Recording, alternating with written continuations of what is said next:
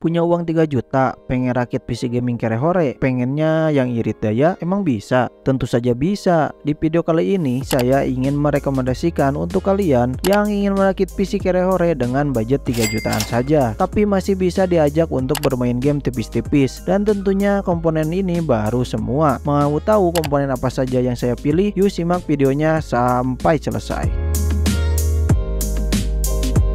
Masuk ke komponen yang pertama, yaitu prosesor. Di rakitan PC 3 jutaan dengan kebutuhan gaming tipis-tipis, tentu saja harus memilih prosesor yang memiliki IGP di dalam CPU-nya. Dan tentu saja pilihannya jatuh kepada AMD, yaitu AMD Ryzen 3 3200G. Kenapa Bang kok pilih prosesor Ryzen 3 3200G? Jawabannya karena mengejar kemampuan PGA onboard gaming dari Vega 8 yang ada di dalam prosesor ini. Prosesor Ryzen 3 3200G memiliki kecepatan di angka 3,6 dan up to boost hingga 4,1 GHz. Kenapa Bang kok gak ambil prosesor Ryzen 5 yang seri G? Ya tentu saja kembali lagi ke budget yang minim. Kalau kalian ada budget lebih, bisa pilih Ryzen 5 yang ada seri G di belakang nama prosesornya. Kembali lagi ke prosesor Ryzen 3 3200G. Prosesor ini ditenagai oleh 4 core dan 4 thread yang tentunya cukup untuk keperluan gaming tipis-tipis seperti Valorant, PES 2023, GTA 5 dan masih banyak yang lainnya. Nanti di akhir video bakalan ada performa dari prosesor ini. Meskipun prosesor Ryzen 3 3200G sudah berumur, tapi masih ada harga barunya dan harganya berada di angka 1 jutaan untuk harga barunya. Ayo gimana, murah banget kan? Prosesor 1 jutaan udah ada IGP di dalam CPU-nya. Untuk komponen selanjutnya yaitu motherboard. Karena tadi kita sudah memilih Ryzen 3 3200G, jadi kita harus memilih motherboard dengan soket AM4. Untuk motherboardnya yang kita pilih yaitu dari brand ASRock, yaitu ASRock A320M HDP-R4. Motherboard yang satu ini memakai soket AM4 dengan 2 slot memori RAM DDR4. Salah satu kelebihan yang dimiliki motherboard ini yaitu sudah memiliki slot SSD M.2 yang sudah support SSD M.2 SATA dan M.2 NVMe. Sayangnya di motherboard ini kalian tidak bisa mengoverclock CPU kalian, tetapi masih bisa mengoverclock di bagian RAM-nya saja. Karena motherboard yang satu ini memakai chipset seri terendah yaitu A320. Kalau kalian ada budget lebih, mendingan ambil seri A520. Tapi di samping itu, motherboard ini cukup lengkap untuk bagian I/O portnya, dan motherboard ini juga sudah mensupport sampai Ryzen 5000 series. Untuk harga dari motherboard ASRock A320M HDP-R4 berada di angka 800 ribuan lebih sedikit di bulan Mei tahun 2023.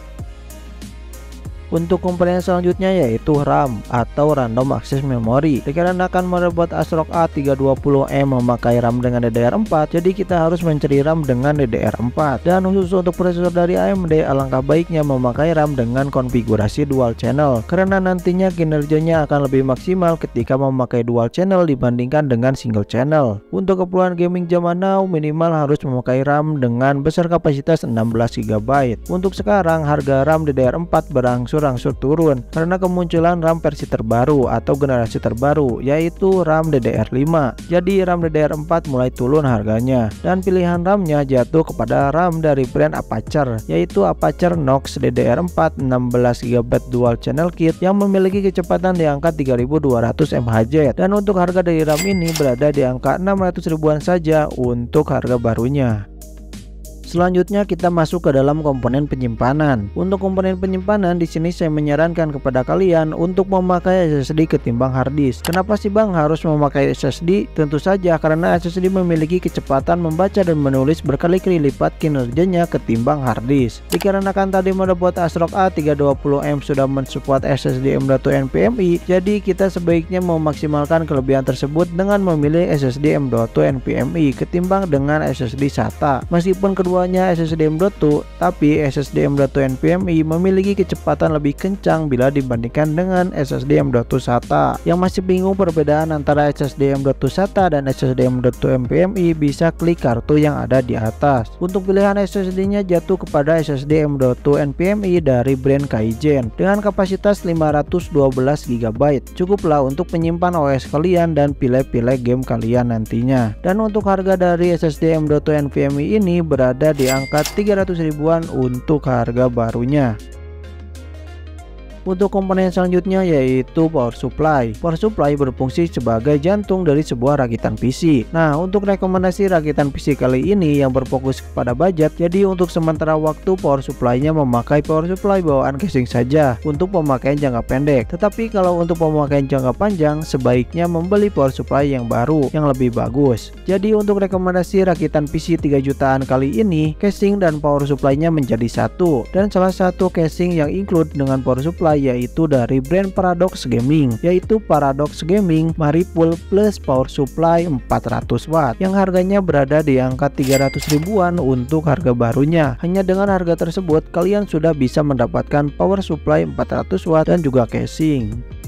Jadi seperti itulah rakitan PC 3 jutaan dengan memakai prosesor dari AMD tanpa menggunakan VGA card tambahan. Nanti di next video bakalan ada rekomendasi rakitan PC 3 jutaan dengan menggunakan prosesor dari Intel. Nah, untuk total rakitan PC 3 jutaannya sebagai berikut.